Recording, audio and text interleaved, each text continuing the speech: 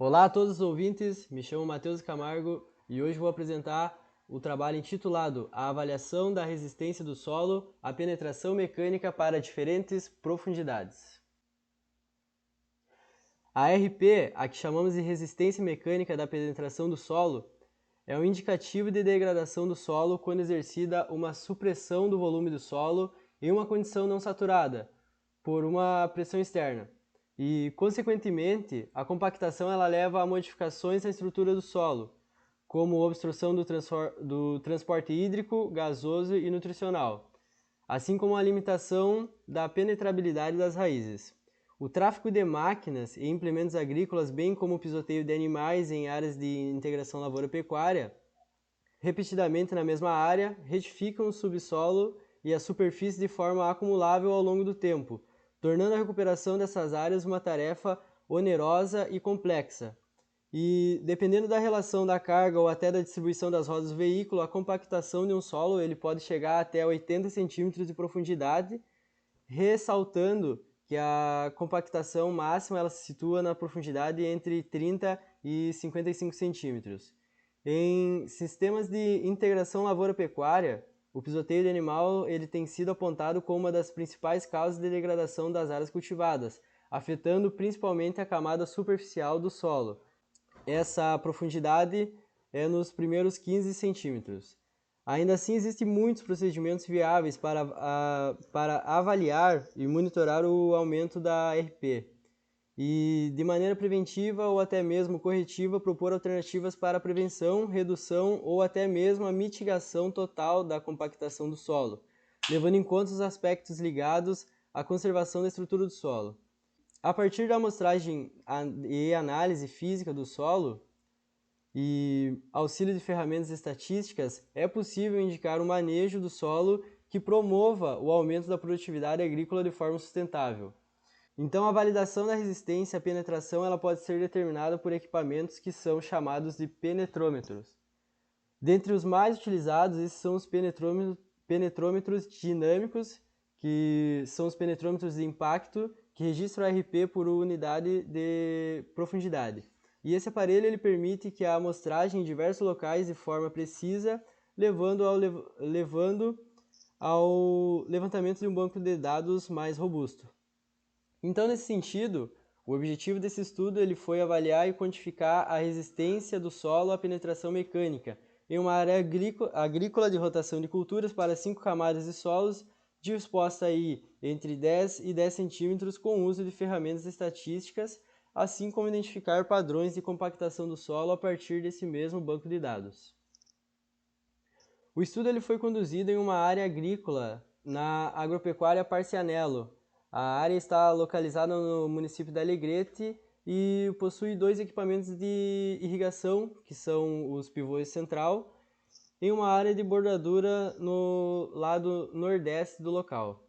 A área irrigada ela conta com cerca de 130 hectares e a área de sequeiro com 35 hectares, totalizando 165 hectares, apresentando um acúmulo de argila em profundidade, devido à mobilização e à perda de argila de parte mais superficial do solo. Portanto, então foi estabelecida uma malha amostral totalizando 55 pontos distribuídos de forma assimétrica na área de estudo, com uma média de 250 metros entre os pontos amostrados. E para a avaliação da resistência do solo à penetração mecânica, foi utilizado o penetrômetro digital de Falker. Para cada ponto amostral foi determinada a RP na profundidade de 0 a 50 centímetros.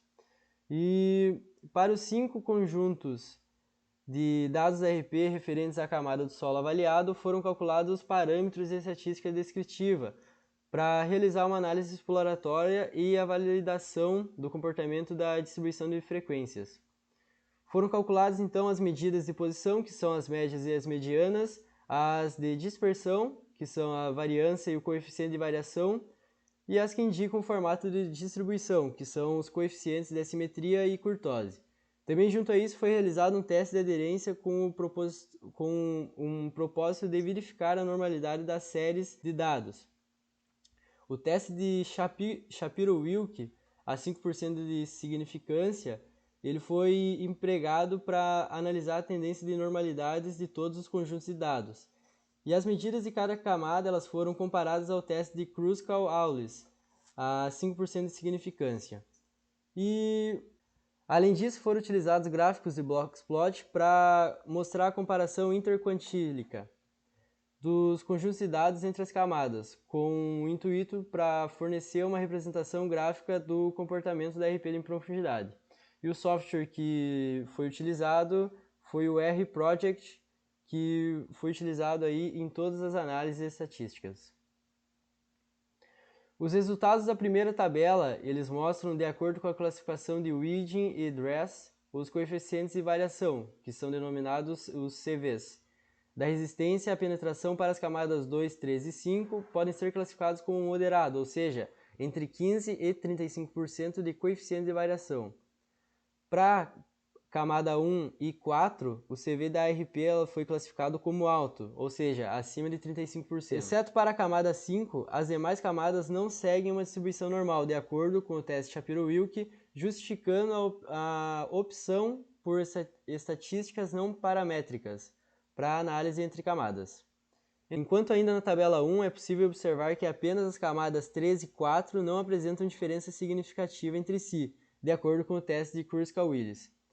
Também, de acordo com as medidas, é verificado um comportamento crescente da RP ao longo das camadas analisadas, apresentando valores entre 1,45 e 3,10 megapascais, indicando então a necessidade de monitoramento e o preparo das camadas subsuperficiais. Esses resultados eles corroboram com outros diversos autores citados no texto, que também eles constataram maiores valores da resistência à penetração com o aumento da profundidade.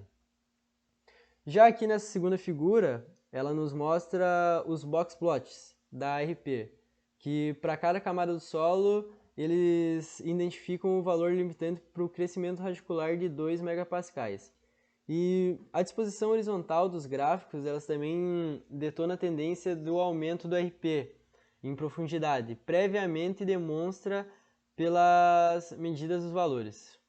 A estrutura do solo, ela sofre muitas mudanças após a passagem do veículo, então ela pode compactar cerca de 80 centímetros de profundidade. E relembrando aí que a compactação máxima é entre 30 e 55 centímetros de profundidade.